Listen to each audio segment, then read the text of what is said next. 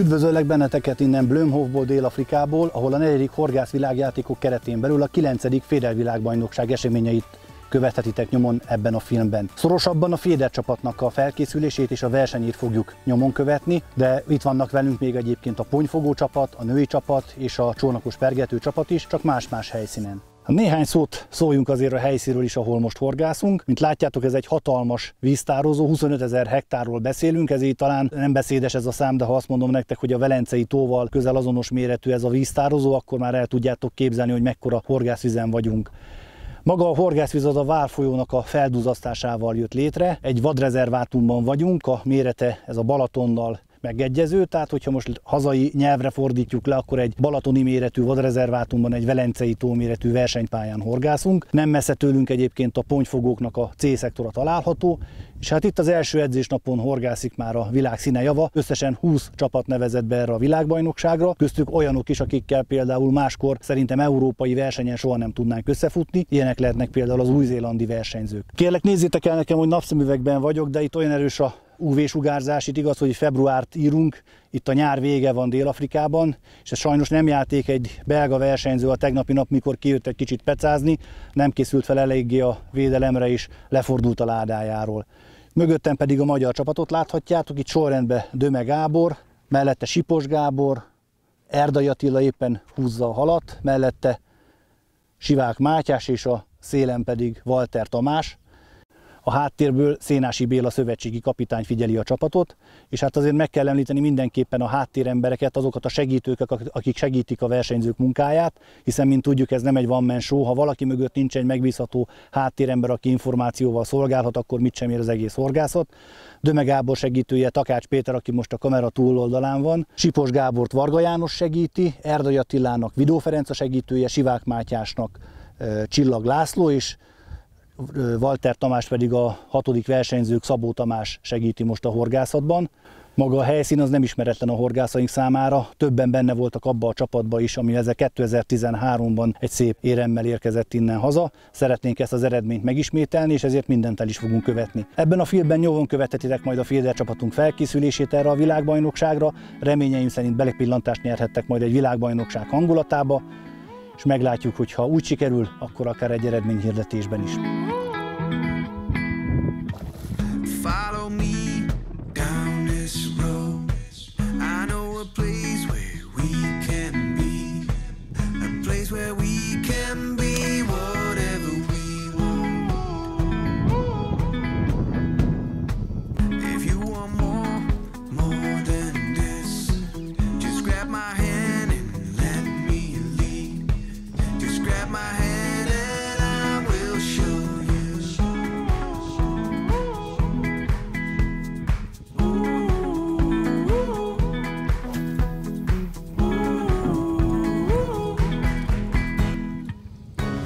Ez harcsáért ment 70 méterre.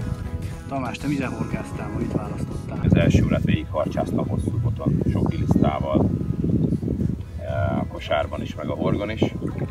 4 vagy 5 harcsát fogtam, és utána jöttem ki pontyozni, ahol meg egy nagy amúrig jutottam, meg 1-2 kis pontyig. Úgyhogy most megint harcsázom, most sikerült az előbb fogni egyet.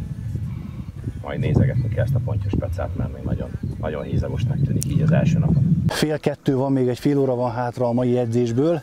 Ez esetleg sokaknak a fejébe szöget ültető, hogy az, hogy 2 órakor vége van a versenynek. Ez egy speciális szabály itt Dél-Afrikában, ugyanis itt délutánonként olyan intenzív zivatar, vihar szokott lecsapni erre a területre, hogy a szervezők úgy döntöttek, hogy előrébb hozzák 1 órával a versenyt, azért, hogy mire jön a vihar, addigra mindenki kényelmesen el tudjon pakolni.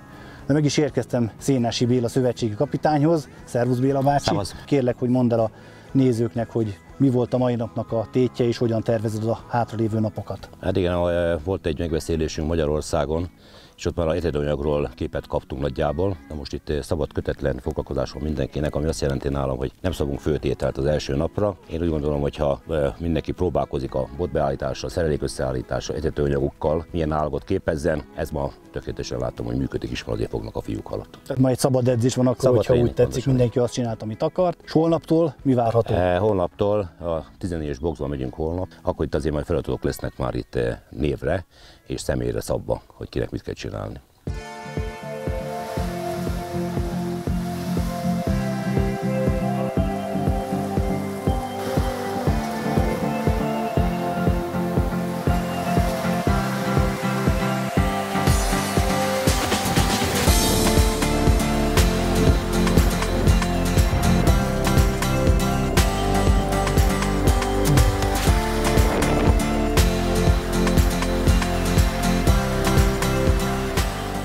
Ati, te fogtál a legtöbb súlyt, egyből mondani is, hogy mennyit fogtál, légy szíves. 9180 fogtál, tudom fejből. Annyit, hogy kicsit fejtsd ki ezt így. Csinálta, hogy csinálta. Kajátról is beszélj egy picit, mert kajáról beszélgettünk idáig, de tudom, hogy te nem használtad ezt a zöld színezéket.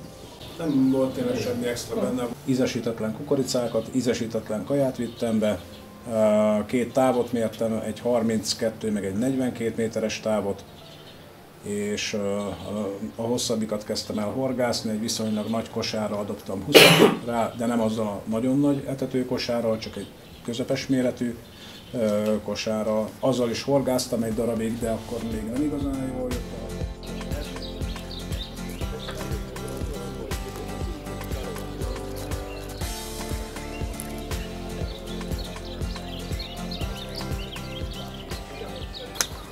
Utálok korán kelni. Utálok. Azt is utálom, aki szeret korán kelni.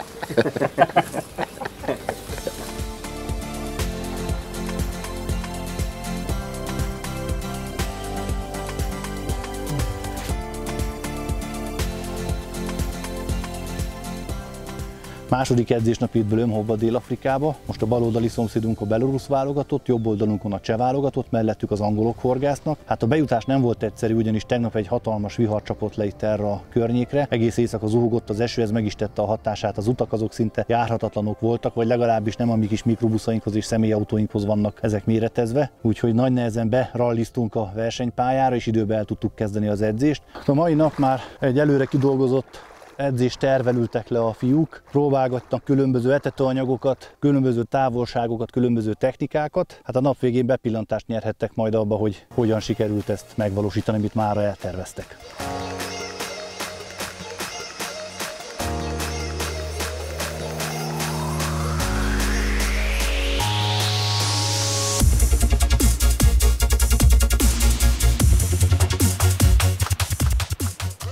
Van egy feelingje ennek a vízbe gázoló specának, hogy ott, ahol ilyen seki a víz, ott csak így lehet megoldani a horgászatot. Hát nálunk otthon talán a Balaton déli partja lehet ilyen. Sipos Gábor fogott valami jobb bacskát, ha jól látom.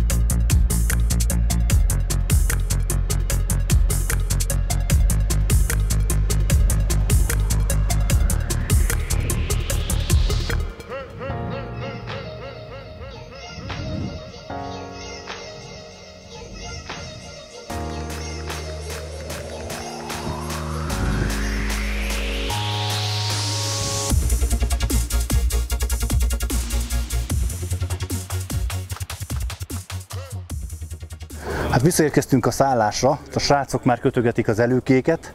Ha minden igaz, akkor egy pár órán belül egy vihar fog lecsapni, úgyhogy sietnünk kell, de Szénási Béla kapitányt kérdezem, hogy milyen volt a mai edzésnap, Béla bácsi, mik voltak a tapasztalatok, hogyan készülünk holnapra? Hát, amit tegnap megbeszéltünk este a kapitányi értekezleten, úgy gondolom, hogy a srácok teljesen betartották.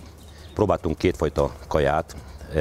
Ugye az volt a lényege, hogy milyen adalékot használnak hozzá, vagy éppenséggel milyen állaga van a etetőanyagnak. Ez jó sikerült a Döme Gábornak, aki fogott 12.400-at. A második lett a mai napon a Sipos úr 11 kilót fogott. Jelen pillanatban a pályán ez nem kevés hal. Ő szintén azt a kaját etetőanyagot használta, amit a Döme Gábor úr. Ezt azért el is mondhatom, hogy őről volt szó. Itt van egy borzalmas natúr kaja, ami szerintem a helyi versenyzők találták ezt ki. Egy citromsárga színű etetőanyag, olyan, mint egy kukorica liszt, vagy nem is tudom, hogy ilyen az állaga.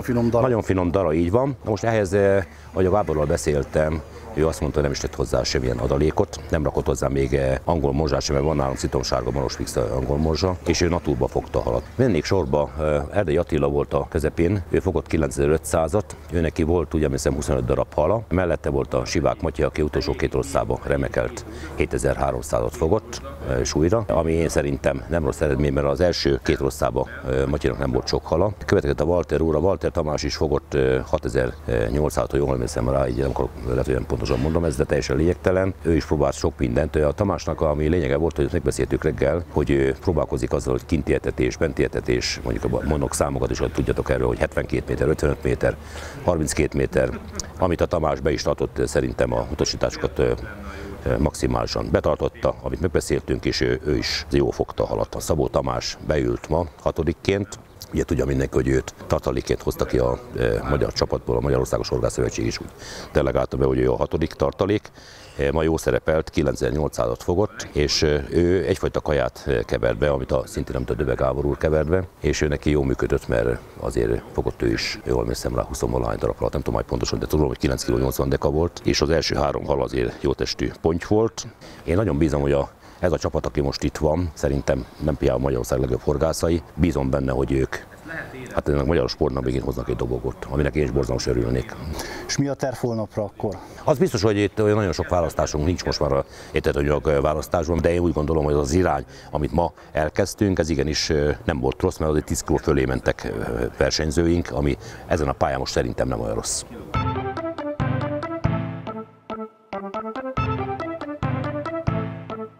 Versenynapot mondod? Aha. Ez 20 méteres. Ez nem lehet megtudni, még mindig csak szerda reggel van, de a gyakorlás szempontjából az a plusz 5 méter nyilván nem rossz. Hátszelünk van ma is, tök mindegy, 40 is. Az is jó. 2 nap horgászaton már túl vagyunk, és kezdünk hozzá idomulni az itteni viszonyokhoz.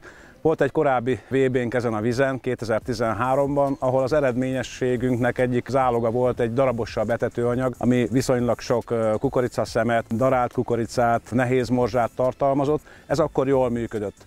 Természetesen ezt a receptúrát megtartottuk a mostani horgászatra is. 3 versenyző a mai nap ezzel a receptúrával fog horgászni, de egyértelmű, hogy ezen a vizen számolni kell ez helyi porkajával, ami szinte semmi komolyabb szemcsét nem tartalmaz. Egy nagyon finom lisztszerű anyagról van szó, amivel nem jól lakatni, nem helyben tartani kell a halat, hanem inkább az a célja, hogy azzal a felhőképződéssel, amit ez tud produkálni, odavonzza a horgunk környékére a halat, és nagyon fontos, hogy ne lakjon jól belőle. Ez a 2 elképzelés van, ez a 2 féle etetőanyag lesz a mai nap megversenyeztetve, 3-an horgászunk az egyik, 3-an a másik variációval.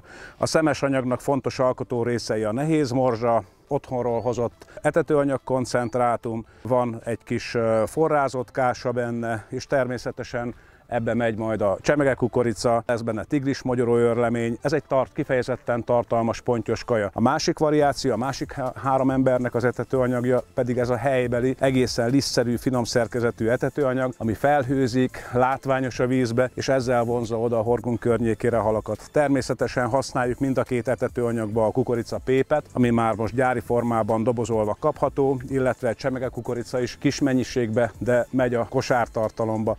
Ezen kívül meg kell említeni még a különböző színezőanyagokat, Dél-Afrika, ugye ez a gyönyörű zöld színű felhőt képző por, amiből szintén egy külön edénybe csinálunk egy koncentrátumot. Nem rakjuk hozzá az etetőanyaghoz, hanem ha szükségesnek érezzük, abból a koncentrátumból tudunk mindig rádobni az etetőanyagra, valamint a csali ízesítésre különbözőféle aromák, ezeknek itt nagy hagyománya van, ezeket feltétlenül érdemes próbálgatni, különböző ízesítésű, aromájú csali kukoricákat oda készíteni magunk mellé, és hát nagyjából ennyit tudnék elmondani az etetőanyagok összetételéről, a csali aromázásról, és a csaliról talán még annyi pár szót, hogy tapasztalataink alapján a fehér színű csali kukorica működött az elmúlt 2 napban jól, de emellett természetesen próbáljuk a kisebb, nagyobb szemű sárga konzervkukorica szemeket, hát ezekből próbálunk kiindulni.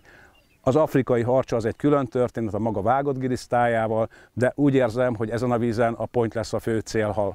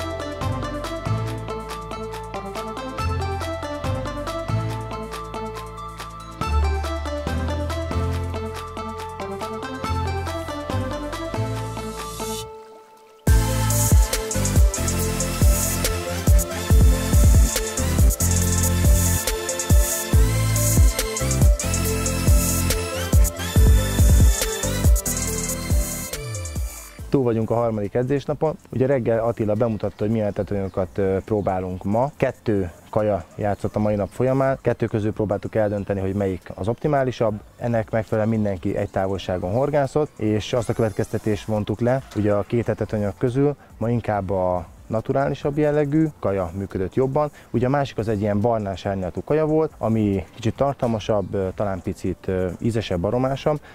Azzal az volt a probléma, hogy nagyon jól reagált rá sajnos a pontyon kívül az amúr is, ami megállt ebbe a méretbe, és olyan mennyiségbe állt oda a horgászhelyre, hogy nem lehetett szinte más fogni. Ezáltal a kapás mindig volt, hal is volt minden 34. kapásra, de az pici és nem nyomta a súlyt. Miközben ezzel a fehér etetőanyaggal, ami tulajdonképpen a víz tetején kicsobbant a kosárból, az mutatta az utat a halnak, potyogott ott le néhány szem, de azt a vízzel is vitte, nem maradt ott más, csak a csali, és ezt imádják itt a pontyok. Érdekes peca ez, mert ugye mi az vagyunk hozzászokva, hogy bedobálunk a mondnak nagy alapot, az ott eljárkál rajta, és azon megfogjuk. Itt ez most teljesen másról szól. Arról szól, hogy bedobunk egy pici kaját, azon folyamatosan füstöljön, folyamatosan legyen érkező falat, de nem maradjon ott tulajdonképpen semmi, illetve egy valami, igen, a csali, amiben a horog van. Többen rápróbáltak ma a csapatból arra, hogy amikor ott van a hal, tehát megjelent a horgászhelyen az etetésen a hal, akkor tartalmasabb cuccot is rakott bele a kosárba, gondolok itt vágott semmel kukoricára, esetleg fluomorzsára, kukoricakására, de akárhány ezt megpróbálták, tulajdonképpen azonnal kivégezték a helyet, és onnantól kezdve nem lehetett kapást kicsikarni. Nagyon furcsa tapasztalat ez, de hát ezért vagyunk itt, hogy ezt kipróbáljuk. Ezen kívül nagyon jól működtek ezek az ízesített kukoricák, amiket csaliként alkalmazunk, illetve hát természetesen ez a zöld festék, ez a fluoreszceny, amivel megfestettük ezt az etetőanyagot, és azzal próbáltuk oda csalni a halakat, látni is a kezemen, hogy tiszta sárga, úgyhogy el kell mennem egy manikűrös ezután.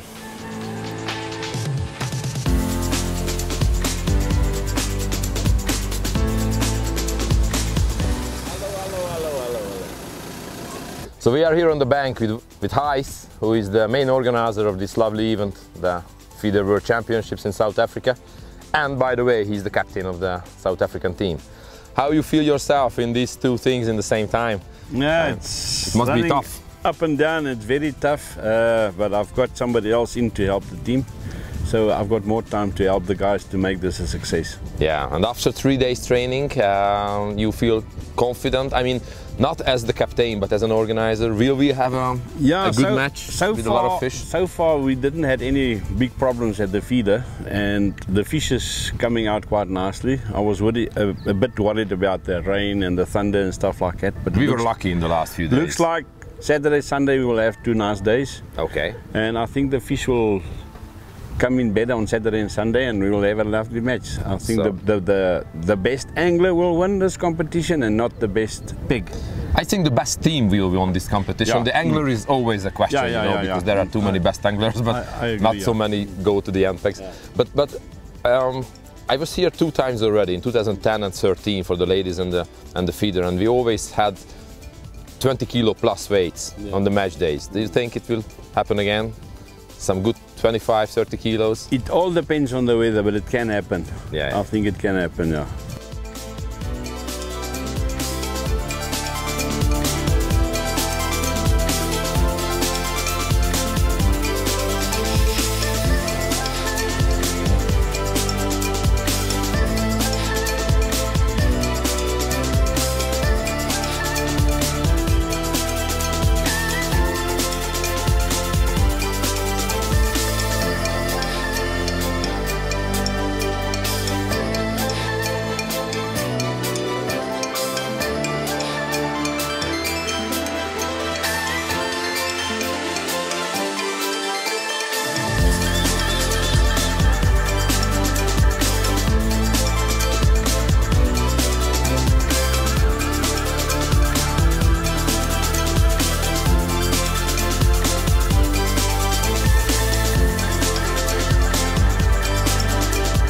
Ez a 4. edzésnap, és úgy néz ki, hogy kezd körvonalazódni, hogy mely csalik azok, amelyek a legfogósabbak, ezeket kívánom most bemutatni.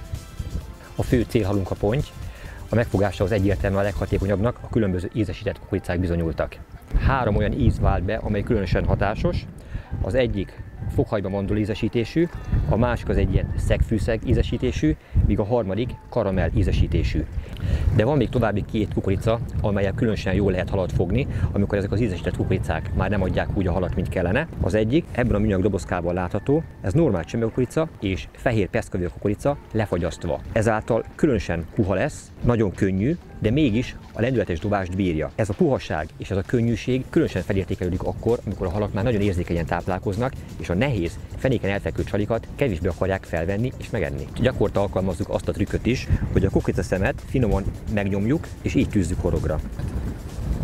A kosárba finom szemcsés ejtetőanyagot töltök, időnként alkalmazom azt a trükköt, hogy a kukoricák ízesítéséhez használt aromából cseppentek néhány cseppet a kosár közepébe. Majd ezt egy újabb réteg etetőanyaggal lefedem.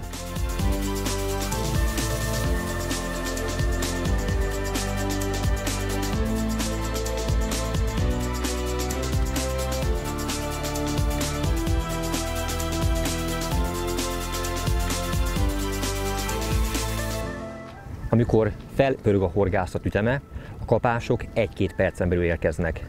Jelen pillanatban a számlálóm alapján 38 darab halnál tartok. Az első órában fogtam 15 darabot, majd fogtam 17 darabot, tehát kifejezetten jól indult a horgászat, és ennek az üteme remélhetőleg a későbbiek folyamán is megmarad.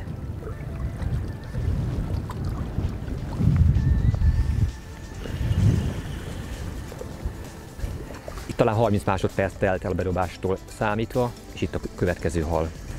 Fárasztás technikája, hogy elrakom a botot a bevágás után balra, általában így áll nekem kézre, és a bot rugalmasságát maximálisan kihasználva próbálom a lehető leggyorsabban kihúzni és szálkoló pozícióba helyezni a pontyocskát. Kikapcsolt visszaforgás gátlóval fárasztom a halat, tehát a fék az nálam teljesen ilyenkor be van húzva. Ha megiramodik, akkor az ujjammal szabályozom, hogy miként forogjon vissza az ósó dobja, mert persze azért még annak ellenére, hogy a felszerelés kellően erős, de nyilvánvalóan a 16-os 17-es előke egy kiló feletti ponty megiramodása során sajnos eltéphető. Nem esett még szó arról a végszerelékről, amelyet itt használok. Itt állandóan szinte fúj a szél, ezért a hagyományos oldalsúlyos kosarakkal nagyon nehéz pontosan dobni. Szinte mindannyian valamilyen végsúlyos kosárral horgászunk, ez például a gurúnak a kosara, amelynek a nehezéke tetszés szerint cserélhető, illetve itt van egy másik típusú kosár, a neve bullet feeder kosár, itt is szintén az ólomnehezék a kosár végén található, ez is nagyon jól repül a legnagyobb, legerősebb szélben is. Mivel létkérdés a pontos horgászat, ezért nyilván ilyen kosarakra van szükség. A finomszerelékes féderhorgászatban a végszeléknek a végtelenségig csúsznia kell, tehát nincs megütköztetve a felső ponton. Én úgy oldottam meg, hogy 15-ös Power Pro fonott dobelőkét kötöttem fel a 20-as főzsnorom végébe, ennek a hossza kb. 8-9 méter, majd ehhez van hozzákötve 30-as fluorokarbon zsinór, amelyet megsodortam. Ez tulajdonképpen a távtartó, amely meggátolja azt, hogy a hosszú előke a főzsnórra, pontosabban a dobelőkére visszacsapódjon. Ennek a végébe egy féder gyorskapos található, amely segítségével nagyon gyorsan lehet az előkét cserélni, tetszés szerint. És kész.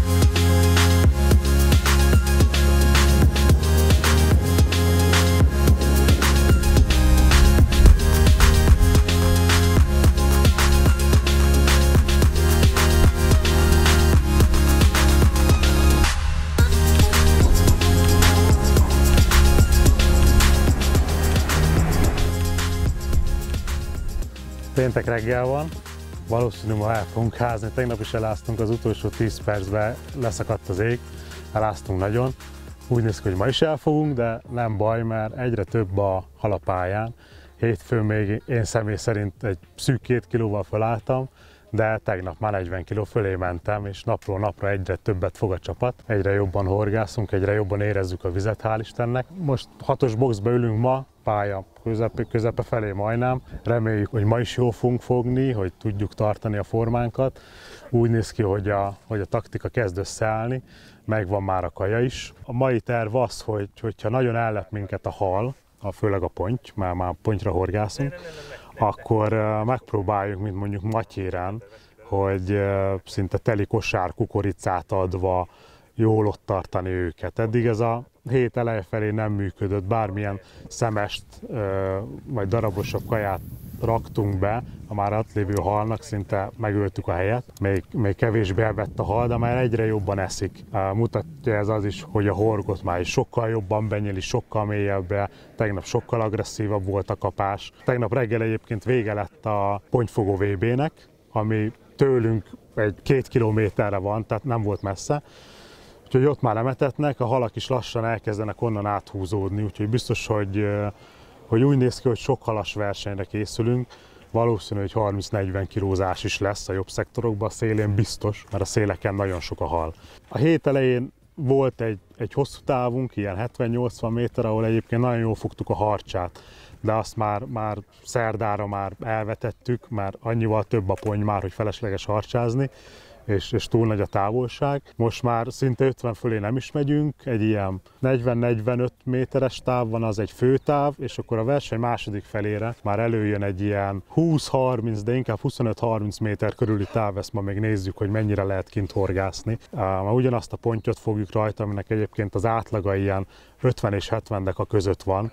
Vannak ilyen 15 dekásak is, de ilyen 2 kilóig van a ponty, de azért elég ritka. Ilyen 60 deka körül van a ponty átlagunk. Egy kis amúr beleesik, de hál' Istennek tegnap viszonylag keveset fogtunk, mert tegnap például a szélső boxba, 20-asba ültünk, ott kifejezetten zavaró volt ez a kis 20-25 dekás kisamúr, tehát próbáltuk kerülni, hogy azt ne fogjuk, hanem inkább közte a pontyot, aminek azért fél kiló fölött van az átlaga. Úgyhogy ez a mai terv, fogjunk minél többet, utolsó edzésnap, kötelező edzés, reméljük, hogy nem ázunk el annyira.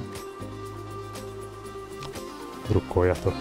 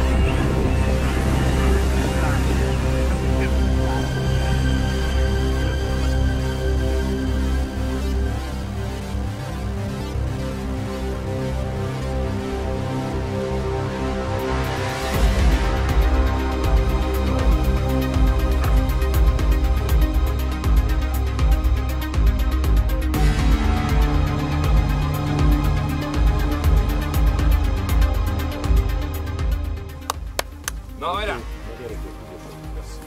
Ott az milyen sekérész. Attila. Beüljünk tényleg. Szóljál, a világ nem megy akkor. Elé világbaj. Nem vagyok most. Szóljál, ha elmegy, bejön Lacikával beül. Egy kis tornagyakorlattal kezdődik a verseny. A versenypálya tegnapi egésznapos esőzés hatására olyan szinten felázott, hogy nagyon sokan elakadtak egyébként, tehát tényleg egy rally verseny volt, mire ide be tudtunk jutni. Egyébként beakadt a másik autónk is, többiek azok már a helyön vannak, ugye itt az a probléma, hogy 3 ember autóján, vagy 3 embernek a cucca van bepakolva egy autóba. De megoldjuk ezt is. Olyan a Dakaron indulok jövőre. Kapaszkodj! Fogom a szélét rendesen.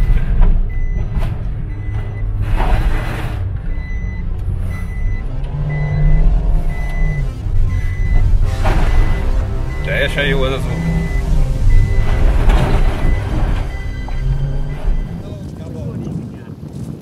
Good morning. Hello. Good morning. How are you? Fine, thanks. Let's have a look. How many meters is this? 7. Not too much. 1.5 meter. No, nothing else, nowhere. Enough for me. Ah, okay. Sorry, most important. Bananas. My secret way. Thank you.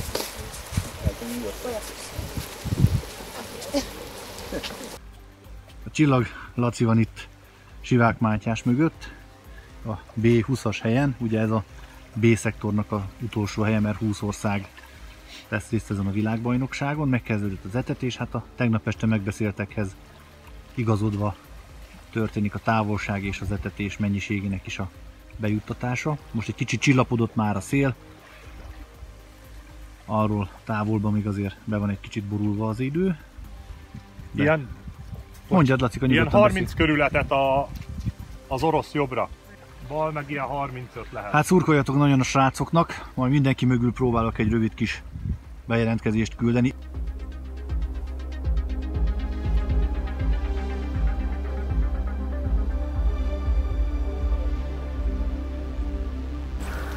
Macsinak egy óriási nagy szüzesség után, már majdnem bement ő is messzire, ezen a 40-es távon a legkisebb bulletkosárral, és azt sem telepőnve néha egy kis lágykaja bele, nagyon kevés, nagyon-nagyon finoman nyomva, úgy most fogdos egy-két halat, kisabult, pontyot, ezt azt így vegyesen.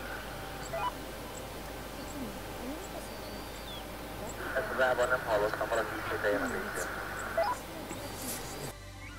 Walter Tamás mögött vagyok, ő a C16-on horgászik. Tominak nagyon nem indult el ez a távolság, amit megbeszéltek este a srácok, úgyhogy ő beváltott most egy 60 méterre, és hát szerencsére onnan 2 percenként egész jó testű halakat húz. Ezzel reméljük, hogy sikerült előrébb jönnie, mellette dél-afrikai versenyző, jobbján pedig egy olasz. Jók egyébként így mezőnyszinten azt mondják, hogy a hollandok és az angolok, mondjuk ők várhatóan jól szerepelnek ki az ilyen világbajnokságokon.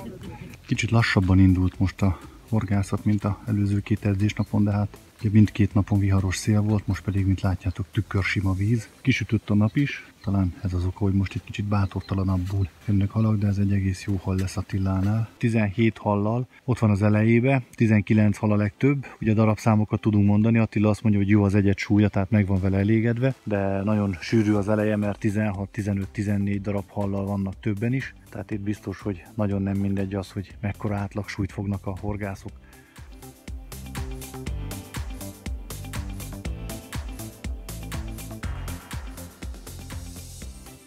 Itt vagyok Sipos Gábor mögött a A8-as helyen. Látjátok a óráit, órás halfogását. A darabszám alapján harmadik.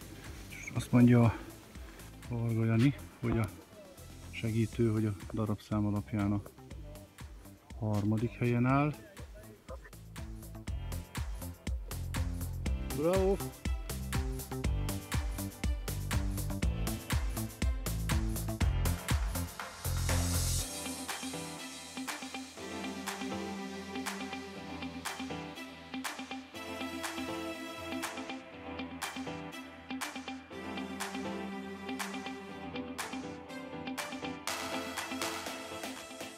Hát itt vagyunk az első versenynapon. Srácok nagyot küzdöttek. Az a baj, hogy a mai napra egy kicsit bekukult az idő, a tegnap előtti időjárás az teljesen más volt. Erős széllel, szakadó esővel, hűvössel. Most nekünk jó, hogy kivirult az idő, de úgy tűnik, hogy a halaknak nem. Nagyon sokáig tükörvíz volt, most támadt föl a szél az utolsó 2 órában. Hát meglátjuk, hogy ez mennyire hozta meg a halak kapókedvét. Ami tegnap előtt rettentő jól működött a rövid távú horgászat, az ma nem működött mindenkinél, viszont volt, akinél működött. Tehát láttunk olyan versenyzőket, akiknél ez nagyon jól adta a halat. Meglátjuk majd, hogy mit mutat a mérleg, és ennek függvényében fogjuk a következő napot eltervezni. Beérkeztünk a szállásra. Hát egy gyors pillanat az autónkra, hát sajnos most ez így néz ki. Hát kapott rengeteget az elmúlt héten, reméljük, hogy még a holnapi napot ki fogják bírni. Csoda, hogy eddig kibírták, igen, amilyen utakon jártunk. Látjátok, hogy mindenki szerel, készülődik teljes elánnal a holnapi napra egy nagy hajrát kell ahhoz, hogy világbajnoki dobogó legfelső fokára álljunk, de azért is nagyon meg kell küzdeni, hogy érmet szerezzünk. Szerintem a srácok fel vannak most nagyon spanolva is. Mindent el fognak követni, hogy ez így legyen. Megvan Szénási Béla kapitány. Hát Béla bácsi, mondj egy pár szót erről a mai napról, mi volt a mai napnak a tanulsága? Hát az eredményre elsősorban. Köszöntök mindenkit. Örülök, hogy ennek a jó kis sikernek majd részre lehetek, mert úgy gondolom, hogy hát én azt mondom én is, hogy ezek a srácok mindent elkövettek azért, hogy jó szerepeljenek. Kiemelném azért a Csipos Gábort, aki egyes tudott csinálni, és nem is olyan jó helyről az A8-asról, aminek külön gratulálok ő neki majd. Én az egész csapatnak szeretnék gratulálni, mert az egész heti munkájukat eredményezi ezt, hogy ilyen jó helyen vagyunk most. Úgy gondolom, hogy nekünk a dobogón kell, hogy maradjunk már. Ami munkát befektettek a fiúk, azt én úgy gondolom, hogy ez mégis hozza majd a gyümölcsét holnap. És hát ugye szívből gratulálunk a csajoknak, hát a női válogatottnak. Az még másik öröm számomra is, hogy most a pergetők ugye mások lettek, most a hölgyek megnyerték a VB-t, aminek innen is gratulálok nekik, és azt hiszem, hogy azért látszik az, hogy a magyar horgászsport azért fölbenőve van mindig is, meg szerintem az, hogy a Magyarországos Horgászszövetség is igen jó kemény támogatásokkal támogat bennünket, anyagilag gondolok én erre. Azért ezt innen is megköszönöm nekik, mert én szerintem másképp ilyen eredmények nem születnének. És nagyon szépen köszönöm nekik, a elnökségnek, vezetésnek, mindenkinek, hogy egyáltalán ennyi pénzzel támogatják a magyar sportot, a horgászsportot.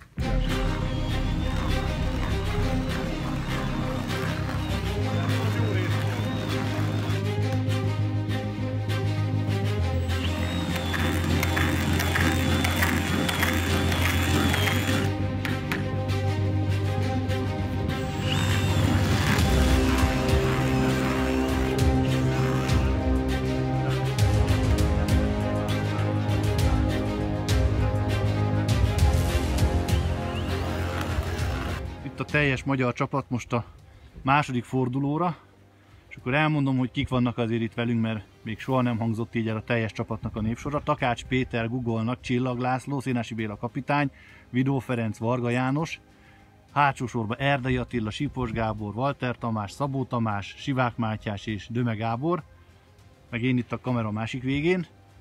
Hát jó, a sorsolásunk nem volt rossz, azt mondják a srácok, hogy azért egész jól sorsoltunk, de a hollandok se sorsoltak rosszul. Hát meglátjuk, hogy mit sikerül, megyünk a dobogóért. És mutassuk meg a számokat. A számokat mutassátok meg. Attila az A8, tegnap Sipos Gábor helyén, Gabi ott egyest horgászott, Attilának hasonlót kívánunk. A B5-ön van Sipos Gabi, E19 széle mellett a kiemelt helyen Walter Tomi. A Szabó Tamás a tartalékversenyzőnk, Sivák Matyi a D15, itt fontos volt, hogy a D-nek a magasabb számaiba húzunk, és Gábor a C11-en. Szerintem neki lesz ma a legkomolyabb feladata, a legnehezebb dolga. És hát akkor egy üdvivalgás, srácok, akkor hajrá! Hajrá!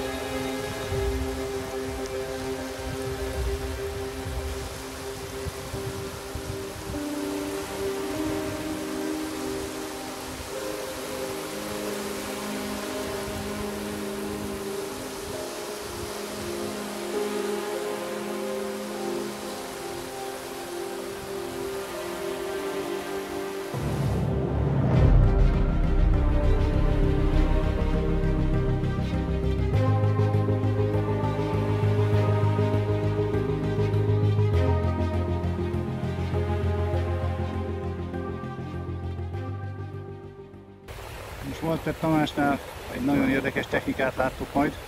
12-13 méterre kezdett el horgászni kézben tartott bottal, bedobja, feltartott a bot, és egyszerűen kézből csavarja ki neki a hal. Kicsit ilyenkor beleemel, visszaejti a kosarat, és már beszarás. És ráadásul egész jó halak. Benne rántsák Tamást a vízbe. Hát ez nem semmi, gyerekek. Ha ilyet tudunk hajrázni minden szektorba, akkor nincs kérdés.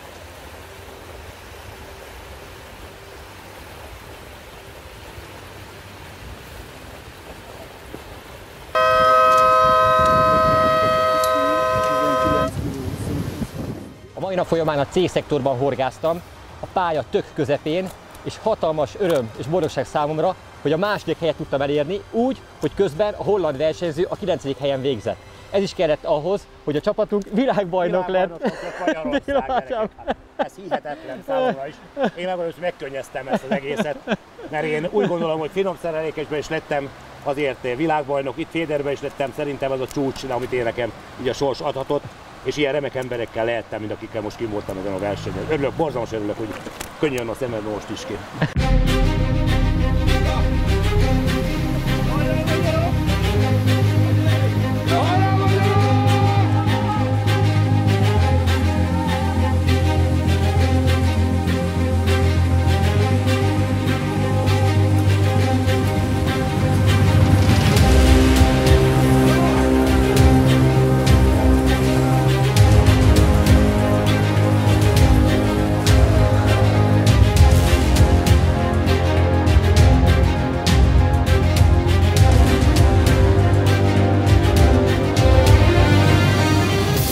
Ez 13-ban is fent volt a pódiumon, és most egyen magasabb helyen lesz. Véget ért a 9. Féder horgász világbajnoksági Dél-Afrikában. Fantasztikus magyar siker született. Álmodtunk erről, azt mindenki tudja, és annak nagyon örülünk, hogy ez az álom valóra vált. És hát hogy éltük meg ezt a sikert, Béla bácsi, arról kérdezzek Szénási Béla kapitányt, hogy értékelt kérlek ezt a egy hetet, amit itt eltöltöttünk. 2019. február hónap, ez nekünk örök emlék lesz, én nekem is úgy gondolom, csapattagjainak is, akik itt voltak Dél-Afrikában. Itt a Féder szakág olyan eredményt ért el, amit szerintem a világ ezelőtt meghajol. Az, hogy világbajnok lett Magyarország, én úgy gondolom, hogy egy remek csapat kellett ehhez, egyéniségek is kellettek, és nagyon sok munka. Nagyon nagy szám volt az, hogy itt nagyon jó csapattal voltam, nagyon jó csapatszellem volt, nem volt vita, nem volt egyénieskedés, hanem mindenki tette a dolgát, amiért ide elküldtek bennünk, vagy amiért ide kijöttünk. Én gratulálok az egész csapatnak, gratulálok a magyar horgásport szerelmesének, sőt, meg is szeretném köszönni. Én azt szeretném, hogyha egy pár szót azért váltanánk arról is, hogy hát kinek is lehet ezt köszönnünk, hogy azért ezt a világbajnokságot megnyertük. Természetesen akik itt voltak, a horgászoknak, Magyarországos Horgászszövetségnek, mint támogatónak, akik ha nem támogatnának bennünket ennyi pénzzel, ezt azért kimerem jelenteni, akkor nem hiszem, hogy ilyen szenzációs sikerek születhetnének a világban. Köszönöm szépen, és hát említetted, Béla bácsi, hogy ez egy csapatmunka volt, ez egy csapat volt. Hát nézzük, hogy hogyan értékelik a csapatok, a csapattagok, mit szóltak ehhez a világbajnokságon, hogyan élték meg ezt az egy hetet. 2013-ban már itt volt egy fantasztikus élményünk, akkor némi szerencsével ugyan, de egy ezüstéremmel térhettünk haza erről a versenyről. Ebben az évben én úgy érzem, a társaság nagyjából hasonló, mint az előző világbajnokságon, de azóta rengeteget fejlődtünk technikailag, tudásban, ismeretekben, és én bíztam benne, hogy egy még fényesebb éremmel tudunk hazatérni. Hál' Istennek ez az egyheti megfeszített kemény munkának köszönhetően össze is jött, és végre egy csapatvilágbajnoki arany van a nyakunkban. Nagyon boldog vagyok, hogy itt lehettem, hiszen én először jártam Dél-Afrikában, ugye 2013-ban én még nem voltam a válogatott kerettagja, és borzasztóan boldog vagyok, hogy tavaly sikerült bekerülnöm a keretbe, és idén itt lehettem ezzel a csodálatos csapattal. Fantasztikus horgászok alkotják ezt a válogatottat, és nagy megtiszteltetés volt számomra, hogy köztük lehetek. Ez az aranyérem, ez úgy gondolom, hogy egyelőre még felfoghatatlan számomra. Ez eddigi horgászpályafutásom csúcsa, és ami habatortán, hogy sikerült az egyéni rangsorban az 5. helyen végeznem, ami minden várakozás felülmúl, de azt is el kell mondanom, hogy ez is 100%-ban csapatérdem, hiszen a héten megfeszített munkával olyan csapattaktikát sikerült kidolgoznunk, ami úgy gondolom, hogy működött a versenyen, és ebből most én jöttem ki a legjobban, de mindenki hozzátette magáét, és olyan eredmény született, amire szerintem minden magyar horgász büszke lehet. Aki picit is ismer, azt tudja, hogy 20 éve nem foglalkozom mással, csak élversenyzéssel, nemzetközi versenyzéssel, és ahhoz fogható örömöt, mint amit tegnap éreztem, talán csak Plovdivban 2016-ban, mikor végre Magyarország világbajnok lett úszós horgászatban sok idő után. Nagy dolog ez nekem, én nem ezzel foglalkoztam eddig, én úszós horgászattal foglalkoztam, 3 éve féderezem versenyszerűen, és most itt állok egy VB arannyal, úgyhogy ez önmagáért beszél. Olyan csapattal jöhettem, ahol ez nem volt kérdés, hogy összejöhet. Van, amikor esélytelen erre egy válogatott keret sokokból. Na ez most esélyes volt, úgyhogy büszke vagyok, hogy itt lehettem, büszke vagyok, hogy 70 kg alatt fogtam, ami a legtöbb a pályán, de a legbüszkébb arra vagyok, hogy ezt a csapatot sikerült mindannyiunk közös erejéből úgy összekovácsolni, hogy ez legyen a vége. In the first position, FIDE World Championships 2019 World Champions Team Hungary. Borzasztó nehéz, egy heten vagyunk túl. Volt részünk esőbe, napsütésbe, fáztunk is, és volt nagyon melegünk, le is égtünk, szerintem látszódik is. Nagyon mélyről indultunk, úgy gondolom, mert hiába voltunk itt 13-ba, de ez egy másik része volt a tározónak. Tök más halakra horgáztunk, sokkal kisebb pontyokra, meg a murokra, sokkal nagyobb darabszámra kellett horgásznunk, mint anno. Mélyről indultunk nagyon, mert én még a hét elején első nap 2 kilót fogtam. Ahhoz képest pénteken, vagy csütörtökön, meg pénteken is 40 kg fölé mentem. Úgyhogy napról napra építettük és csiszoltuk együtt a taktikát. Szombati nap a második helyen fordultunk csapattal, és 5 pont lemaradásunk volt a hollandokhoz képest. Pár ponttal követtek minket az angolok, de olyan biztosak voltunk a taktikánkban, meg úgy gondoltuk, hogy olyan jó ki van dolgozva, hogy vasárnapra nem is nagyon változtattunk rajta semmit, csak mindenki plusz erővel, plusz belaadással, még nagyobb pontossággal próbált ezt végigcsinálni. Úgyhogy meg is lett az eredménye, hál' Istennek nagyon nagy előnnyel végül nyertünk, a hollandok megdoplázták a szombati pontjukat, úgyhogy így végül is nem lett szoros a vége, nagy előnnyel nyertünk, aminek még nem tudom elhinni. Tehát még nem esett le, hogy világbajnokok vagyunk. Kell biztos egy kis idő, hogy ez tudatosodjon bennem. Azt gondolom, hogy ez egy hét nem itt kezdődött, hanem az otthoni bajnokságokkal, évekkel ezelőtti bajnokságokkal. Az elmúlt 3 évben kellett kiemelkedőt teljesíteni ahhoz, hogy ide bejusson az ember, és a válogatott tagja legyen, ami én azt gondolom nem kis teljesítmény, hiszen bebizonyosodott az, hogy a világ legjobb válogatottjába szerepelhettem, és az óriási büszkeséggel tölt el, és nagyon örülök, hogy itt lehettem. Először vagyok nemzetközi versenyen, és hát mindjárt az elején sikerült egy aranyéremmel távozni, úgyhogy fantasztikus volt betekintést nyerni ennek az egésznek a milliójébe, látni a háttéremberek óriási munkáját, látni a versenyzők óriási munkáját, és állíthatom azt, hogy egy csapatként tudtunk együtt dolgozni ebben az egy hétben. Nagyon sok érzés és gondolat kavarog a fejemben, de hogyha talán egyet ki kellene ragadni abból a sok impulzusból, ami ebben az egy hétben ért, az, amikor a dobogón álltunk és közösen hallgattuk a magyar himnuszt. Ha erre gondolok, most is libabőrös lesz a kezem. Fantasztikus érzés volt, amikor nekünk tapsoltak, amikor minket éjjeneztek, és elmondhattuk azt, hogy ebben az évben mi vagyunk a legeredményesebbek a féder szakákban. Hát ettől fantasztikusabb érzést nem lehet elképzelni egy féder versenyzőnek, aki erre tette fel az életét, aki erre vágyott, aki ezért dolgozott kőkeményen évek óta, és ugye a munkánk ebben az egy hétben csúcsosodott ki, amikor végre minden összejött. Hihetetlen boldog vagyok.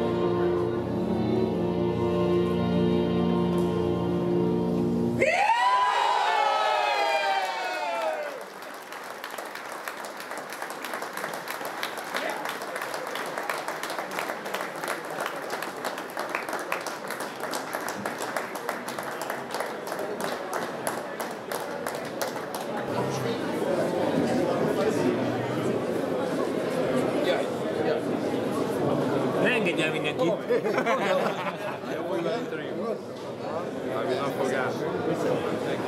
Hát ennyi volt itt Dél-Afrikában. Nagyon szépen köszönjük a szurkolást, amit kaptunk tőletek, és hát remélem, hogy nektek is olyan hatalmas élmény visszanézni majd ezeket a pillanatokat így a filmen keresztül, mint amilyen élmény volt nekünk átélni ezeket a pillanatokat.